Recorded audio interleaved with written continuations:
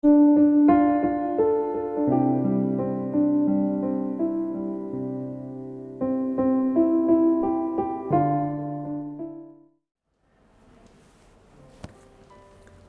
pagi Ibu Bapak dan Saudara-saudari yang dikasihi Tuhan Allah. Pagi ini marilah kita mendengarkan firman Tuhan sebagai inspirasi dan motivasi bagi kita. Melalui renungan harian HKBP Resort Sutoyo, Kamis 7 April 2022. Marilah kita berdoa. Damai sejahtera Allah yang melampaui segala akal dan pikiran, itulah yang menyertai hati Bapak, Ibu, dan saudara-saudari sekalian. Dalam Kristus Yesus Tuhan kita. Amin.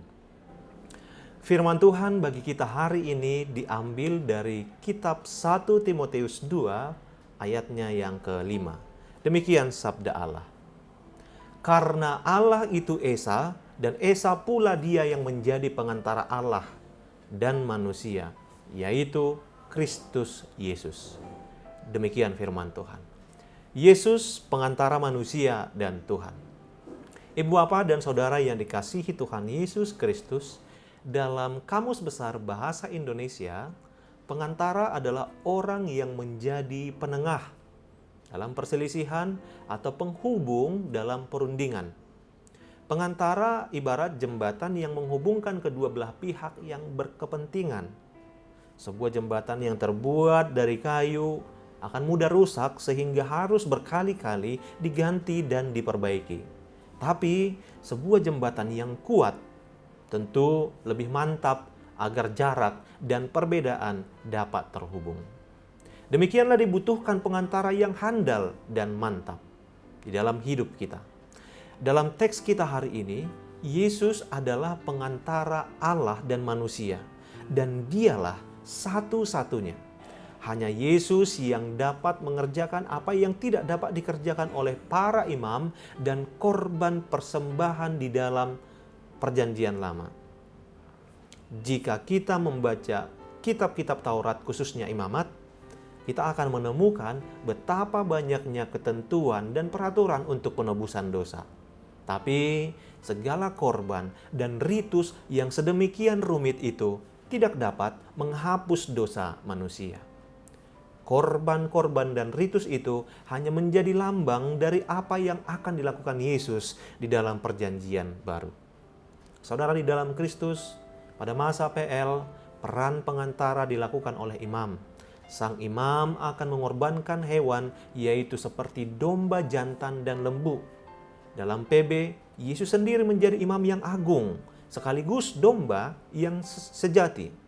Dalam PL, pengudusan dilakukan memakai darah binatang sebagai kurban yang dipercikkan pada kemah suci, perabotan, dan orang-orang di dalam kemah itu.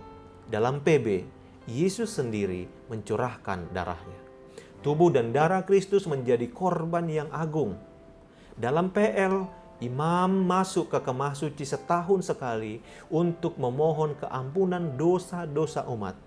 Sementara dalam PB, Yesus sebagai imam besar agung yang hanya satu kali saja mengorbankan dirinya untuk pengampunan dosa. Satu kali untuk selamanya. Dengan demikian, Yesus menggenapi tradisi Perjanjian Lama. Dosa yang sebelumnya dicicil setiap tahun oleh imam, dibayar lunas oleh Kristus. Apa yang dilakukan oleh Kristus adalah anugerah bagi seluruh umat manusia. Dan hanya Yesus yang dapat melakukannya kepada Allah. Sehingga Yesus adalah pengantara yang sempurna antara Allah dan manusia. Saudara di dalam Kristus, lalu apa yang menjadi pesan teks hari ini? Melalui bacaan ini, kita diajak untuk menghargai pengorbanan darah Kristus dengan cara mengarahkan hidup kepada Kristus. Di dalam kitab Ibrani diuraikan secara konkret kehidupan yang terarah kepada Kristus.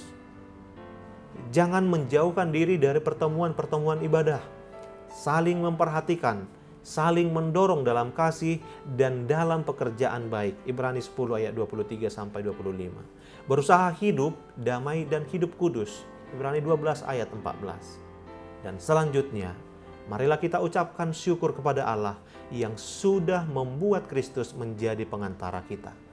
ingatlah bahwa Yesus satu-satunya pengantara Allah dan manusia. Tidak ada yang dapat disamakan dan dibandingkan dengan Yesus. Maka tinggallah di dalam Yesus dan lakukanlah perbuatan yang berpadanan dengan Injilnya. Percayakan hidup kepada Kristus yang memberi kita hidup. Maka Ia yang akan menyertai kita saat ini dan sepanjang hari. Amin. Marilah kita berdoa. Ya Tuhan Allah, terima kasih bahwa Yesus telah menjadi pengantara bagi kami orang berdosa ini. Yesus telah menjadi anugerah keselamatan kami. Biarlah kami mensyukurinya dengan tinggal di dalam Yesus dan berpadanan dengan firman-Mu setiap hari. Amin. Selamat pagi Ibu Bapak, selamat beraktivitas. Tetapi kami ingatkan kembali supaya kita jangan lupa untuk melaksanakan protokol kesehatan. Tuhan Yesus memberkati.